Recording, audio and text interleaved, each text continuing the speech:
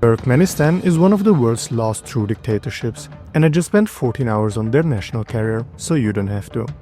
As one of the most secretive and surreal airlines on the planet, Turkmenistan Airlines is anything but ordinary. From zero safety checks and passengers being detained at a $2 billion mega airport that feels straight out of a dystopian movie to one of the most intimidating cabin crews I've ever encountered. Welcome aboard this bizarre journey from Bangkok to Frankfurt on Turkmenistan Airlines.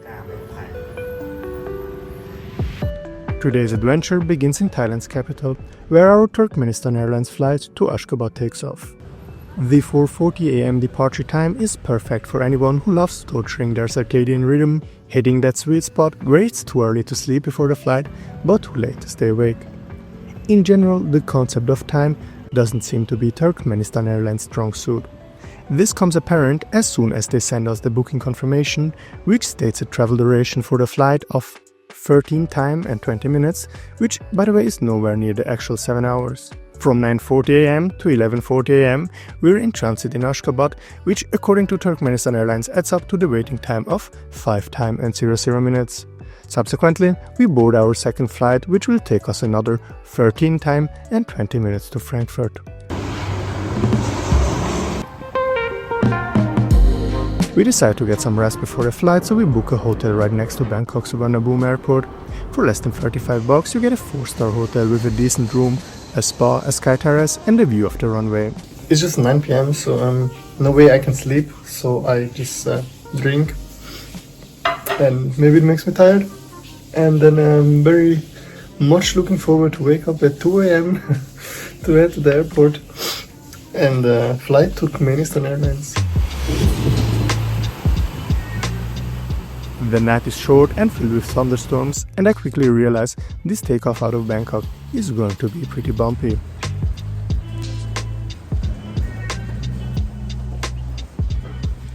On the way to the airport, I read some reviews about the airline we're flying with today, and honestly, some of them are so wild they could be a video in themselves.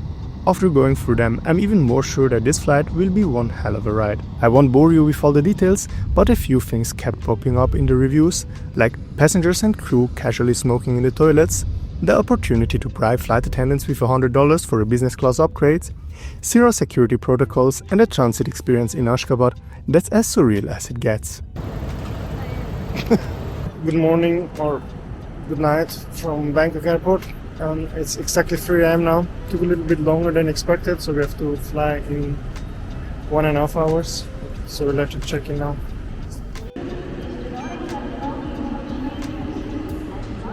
We arrive a bit tight on time at the terminal, but baby, this is Bangkok, a city where even at 3 am you will be stuck in endless traffic jam. Still, the airport is rather empty, which is a strange sight since it's usually more packed than I don't have an analogy here, but what I'm trying to say is that this airport is usually just really packed. However, at this ungodly hour, there's nobody here except those crazy enough to fly at the most ridiculous time known to mankind just to save a few bucks. Of course, we belong to that group once again, ready to put ourselves through this misery for your amusement, dear viewer. For the price, it's hard to complain. Our one-way ticket cost us about $750 for both of us, making it one of the most affordable deals for that route at the time of booking. On top of that, Turkmenistan Airlines allows every economy class passengers on this route to check 40 kg of baggage. That's more than any other airline I've ever flown with. Therefore, there's no problem bringing with you almost everything you own.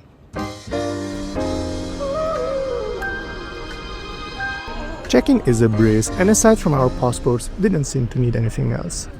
Turkmenistan may have some tight entry and exit rules, but luckily no visa is required for international transit in Ashgabat. However, online check-in is not possible for foreigners, and also the booking process can be a bit tricky if you're not a resident of Turkmenistan. Apparently, booking a ticket with the airline used to be even more challenging just a few years ago. The planes were almost always empty, and the airline seemed to exist solely as a prestige project for the country's rulers. There are even rumors that the passenger flights are just a cover, with the real business revolving around cargo shipments often linked to weapon transports and evading sanctions. Turkmenistan in general is a pretty wild place. It's no surprise that people call it the North Korea of Central Asia, but we'll dive more into that towards the end of this video.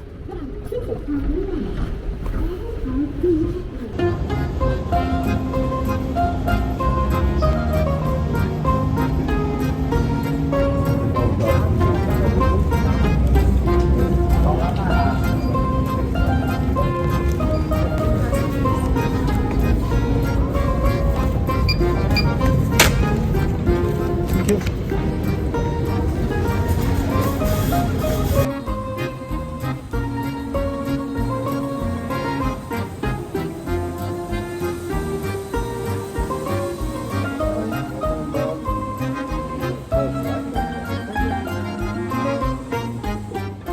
After having read an unhealthy number of reviews about Turkmenistan Airlines prior to the flight, I'm expecting an empty plane, so it's safe to say I'm pretty surprised as we step into a fully booked cabin.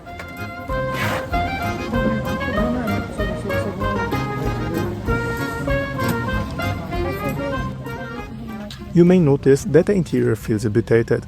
Nevertheless, everything is in almost unnervingly good condition. It's like stepping into a time machine back to the early 2000s when the plane had just rolled off the production line. The legroom too has from a better area, as it's easily some of the best I've ever had in economy class. One thing that's a bit less comfortable is the weather outside. It's just the start of the rainy season, and in Thailand's tropical climate, that often means violent thunderstorms that make our storms in Europe feel like a summer breeze in comparison. I'd be lying if I said it doesn't almost make me stain my pants just thinking about the takeoff ahead. The crew, on the other hand, seems to have their digestive systems a bit more under control, as they don't seem bothered and take a, let's say, rather laid-back approach to the mandatory safety requirements. While they go through the motions of the pre-departure check, they don't actually check anything.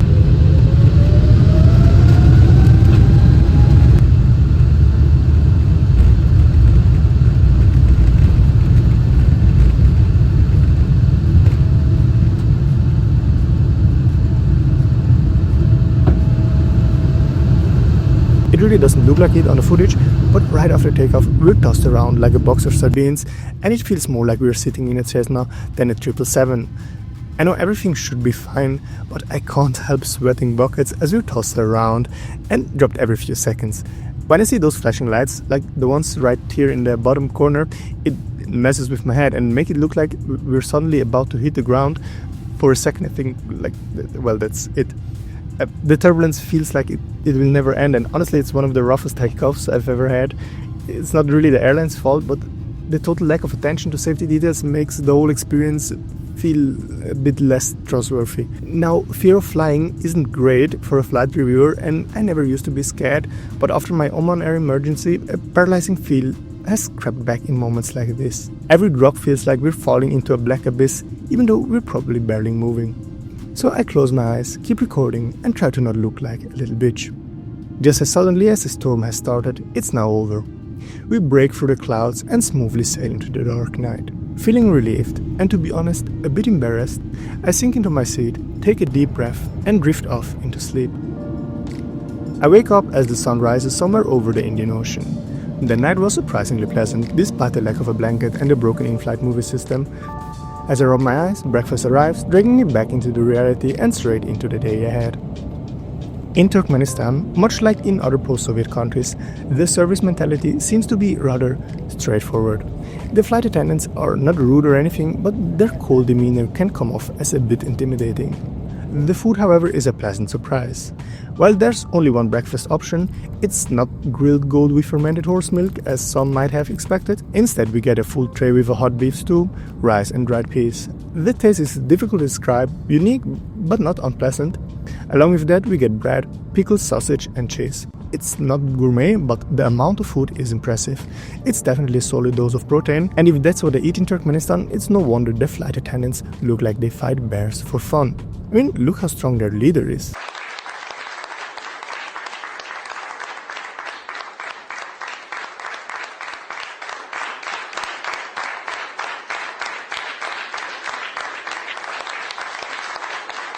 After eating, I stare at a broken in-flight entertainment system for a while, only to realize it's probably not broken. I just wasn't sharp enough to figure out that I can't turn it on with the controller.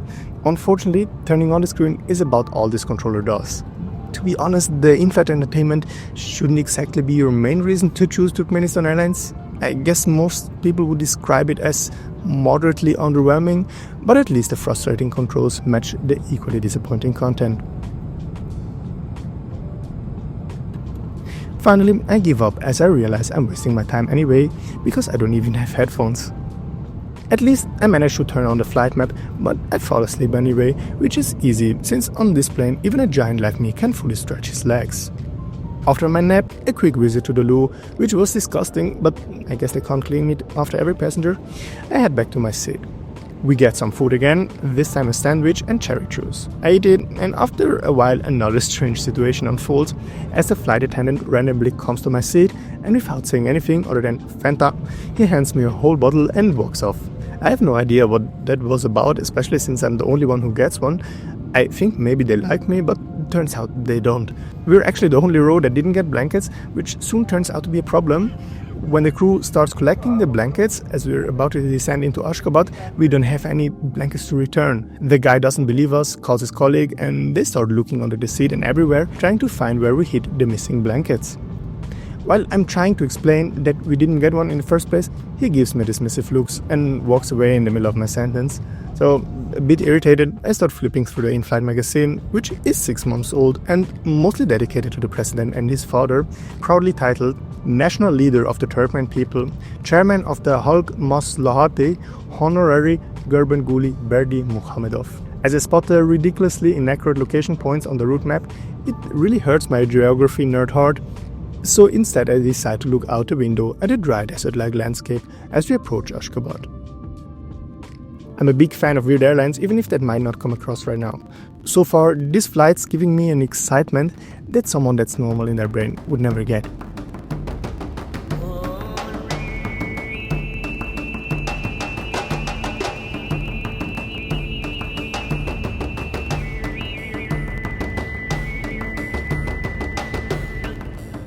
As the capital of the Hermit Kingdom, Ashgabat is the largest city in Turkmenistan, known for its impressive white marble buildings and grand monuments. One of these is the $2.3 billion airport, which, while stunning in appearance, doesn't really serve much of a purpose. Aside from Turkmenistan Airlines, only 4 other airlines fly into the airport, and despite being built to handle over 14 million passengers annually, it barely reaches 10% of that number. Turkmenistan is a truly unique country, and we'll get an even clearer sense of that on our second flight from Ashgabat to Frankfurt. But as a passenger, you have to acknowledge that by flying with the national airline, you're indirectly supporting the regime. Most people on this flight look like typical tourists booking the cheapest flight from Thailand, not realizing they've mixed up Turkish Airlines with Turkmenistan Airlines. However, if you didn't bother researching the airline or especially the transit rules, you could be in for some serious troubles. Judging by the countless hiking backpacks and elephant pants, it's pretty clear there aren't many Turkmen people getting off our flight. Eventually, not a single person heads to immigration as everyone's on their way to Europe. So the transit area is packed, looking nothing like you'd expect from an airport known for being empty. The queue in front of security is barely moving since the staff is going through every backpack and bag, searching like they're looking for a hidden treasure. I'm glad I ditched my souvenir back in Bangkok because I definitely don't want to be the one getting lined up with the people who have duty-free cigarettes in their luggage. Now, what's the big deal with cigarettes and why are they detaining people over them, you might ask? Well, aside from being bad for health, the former president had a personal vendetta against smoking. He banned cigarettes in public spaces, and even for transit passengers, if you're caught with more than 2 packs, it's considered a serious offense.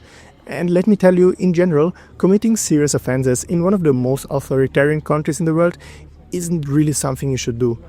While I don't have any cigarettes on me, I do have something else that's also illegal here. A beard. In Turkmenistan, sporting a beard if you're under 65 is not allowed. Well, the last time I touched my face, I had one, but looking around, I'm definitely not the only one rocking a beard, and in the end, no one really cares.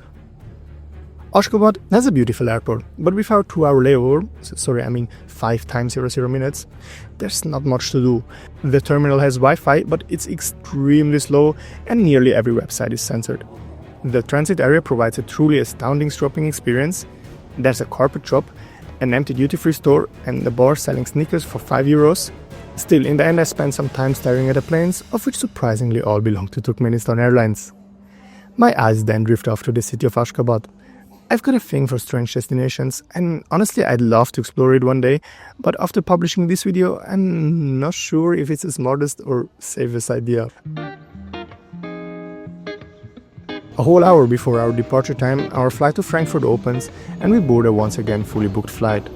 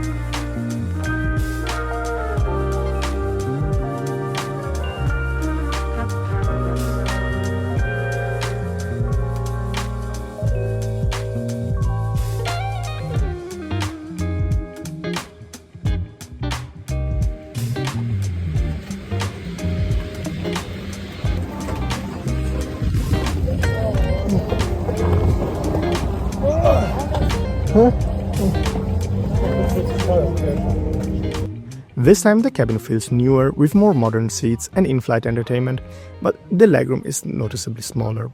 While overall the cabin looks decent, there's a sense of carelessness. The device holder is broken, the crew is rude to a small girl who obviously doesn't speak English, and they don't check the cabin before takeoff. As a two-star airline, you can't expect much, but safety should always come first. However, at Turkmenistan Airlines, that's apparently not always the case. They had their fair share of safety issues in the past, leading to suspensions by the European Aviation Safety Agency. Since 2020, however, they've been allowed back in European airspace. Moreover, the airline also faced financial troubles in Europe. In the UK, they were subject to debt enforcement and had to leave behind a chaotic office where even people were found living illegally in hidden backrooms. It all feels pretty shady.